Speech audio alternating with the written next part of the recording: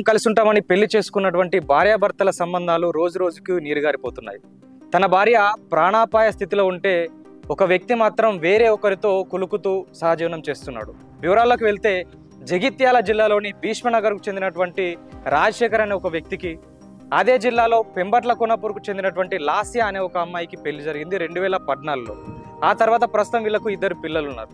అయినప్పటికీ హైదరాబాద్లోని ఒక ట్రాన్స్జెండర్తో పరిచయమైన తర్వాత రాజశేఖర్ ఆమె మాయలో పడి పూర్తిగా అటు భార్యను ఇటు పిల్లలను గాలి కొదిలేసి ఆమెతో సహజీవనం చేస్తున్నాడు. అయితే ఈ విషయం తెలుసుకున్నటువంటి లాస్య చాలాసార్లు అతనితో వారించింది. అయినప్పటికీ అతను పట్టించుకోకుండా ఆమెతోనే ఉండడంతో ఈమె అఘాయిత్యానికి పాల్పడింది. సో ప్రస్తుతం హాస్పిటల్లో ఉన్న ప్రాణాపాయ స్థితిలో ఉన్నా కూడా అతను రాకపోవడంతో లాస్యకు చెందినటువంటి కుటుంబ సభ్యులు పోలీస్ స్టేషన్లో కంప్లైంట్ చేశారు. అతన్ని వెతికే ప్రయత్నం చేశారు.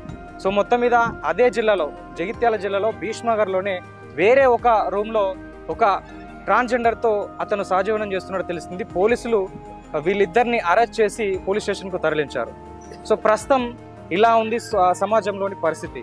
ఒకవేళ ఆమెకు ఏమైనా జరిగితే ఆ పిల్లల పరిస్థితి ఏంది?